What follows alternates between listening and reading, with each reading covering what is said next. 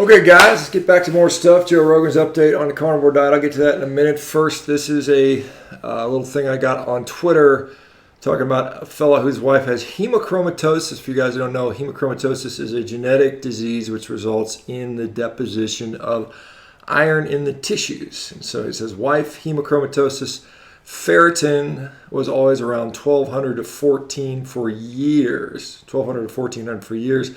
Doctor said don't eat red meat, and she had phlebotomy twice a week.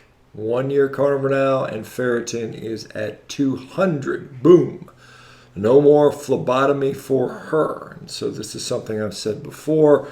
A carnivore diet helps to improve metabolic function. We know that iron absorption is under the regulation of a hormone called hepcidin. Hepcidin is produced by the liver, and it regulates the absorption of iron.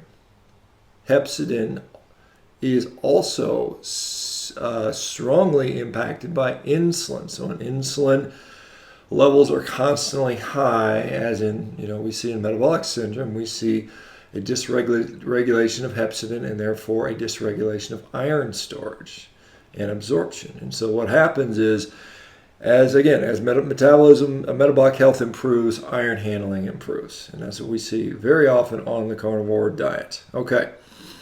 So Joe Rogan, 2 days ago, had his guest on. I'm forgetting blanking the guy's name. But anyway, update on the carnivore diet, he said, and this is something that I already knew, but he said he went off the diet for a couple days at the end of the 30-day trial, ate a bunch of foods, and lo and behold, started getting back pain, started getting knee pain, started to feel like garbage, something I relayed, the same sort of thing. I said I ate a bunch of foods, but I also said I had an apple in there, and everybody assumed, oh my God, Dr. Baker said his apple made his back hurt.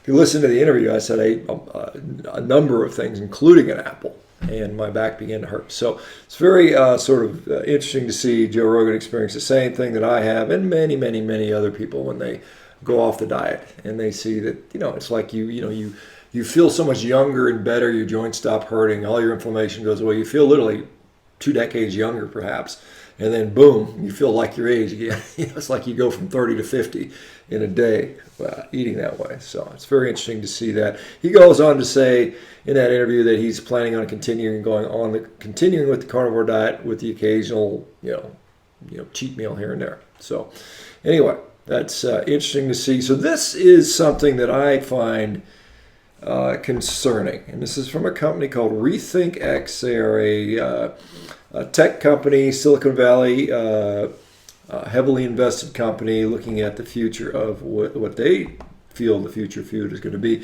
And so per their estimates,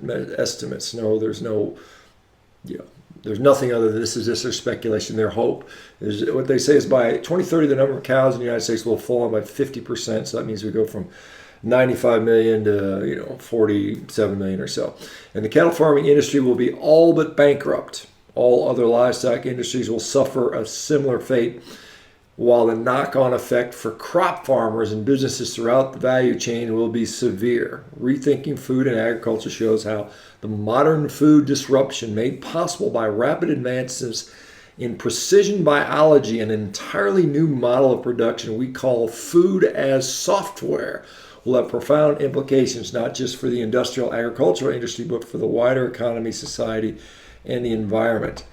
The current industrialized animal agricultural system will be replaced with a food as software model where foods are engineered by scientists at a molecular level and uploaded to a database that can be accessed by food designers anywhere in the world. This will result in far more distributed, localized, stable, and resilient food production systems.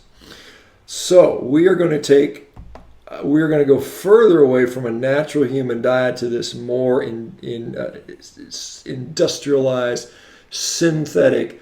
The scientists know better than nature. We're going to design the perfect food for you, like we've been doing forever. We're going to take natural foods that we've been eating for millions of years, and we are now going to tell you what's healthy. We are going to take out maybe that saturated fat and that cholesterol and that evil stuff, and we're going to give you what we think is right for you. And we're going to design it at a molecular level, and we're going to make a fucking shitload of money off of it, guys. This is a bottom line, okay? And you guys who are going to wag your heads, oh, this sounds good, right? Oh, we're going to save the environment, right? You guys are going to blindly encourage this stuff. You're going to blindly get behind this stuff. You know, you guys are like lemmings, like sheep to the slaughter, if I can use that analogy.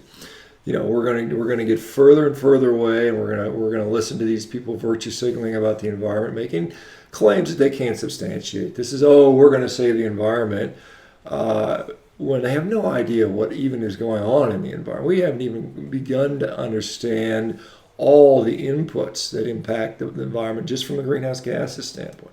There are many, many sources of greenhouse gas we haven't cataloged yet. And to say we're going to take this one sector out because we think it's, you know, the whole issue is you know, it's really completely garbage. But you people that will happily fall for celery juice cleanses or happily fall for the supplement of the week. You're out there buying that. You feel like shit. Oh, I'm going to try this supplement. I'm going to try that supplement. You guys are the ones that are going to push this through. You know, and this is the future. This is the future if you do not do something. If you do not stand up, the European Union has these wacko Green Party people pushing for a 25% tax on meat. And there's people out there wagging their heads, you know, like hypnotized dogs. Oh, yeah, this is what we got to do. Yeah, save the environment. Listen to Greta. Save the environment. Stop eating meat. You know, let's let the biotech companies at hundreds of billions of dollars of profit dictate what we're going to eat because they know best. They know better. Just like the people who invented margarine, just like the people that invented vegetable oils. These people know best. The high fructose corn syrup people, the Moskowitzes of the world that gave us the bliss point, you know, that turned our society into a friggin' train wreck, right? These people know better. They're going to engineer that food for you. You know, you're gonna have this. Oh yeah, we're going to download a fake steak, and you know it's going to taste similar. It's going to have some of the ingredients. It's going to have some protein and macro ratios, and that's all it's about, right? It's the only thing that matters, apparently. We'll see. You know, you guys that are dumb enough, gullible enough, sheep-like enough to fall for this. You know, we'll see what happens to you and your families and few generations when your kids are all stressed out and have ADHD and depressed and suicidal and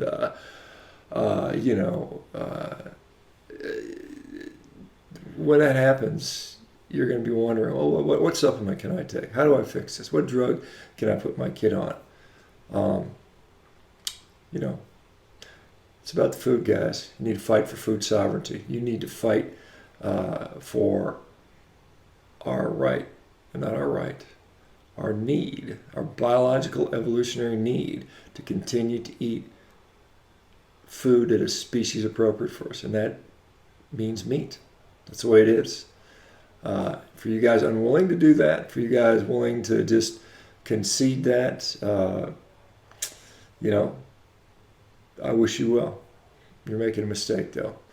And for you guys that are sitting there just passively not doing anything, see what happens to your kids. It's about your kids, guys.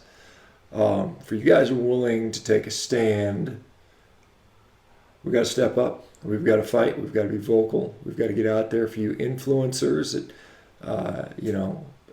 impact hundreds of thousands, millions of folks, you need to step up.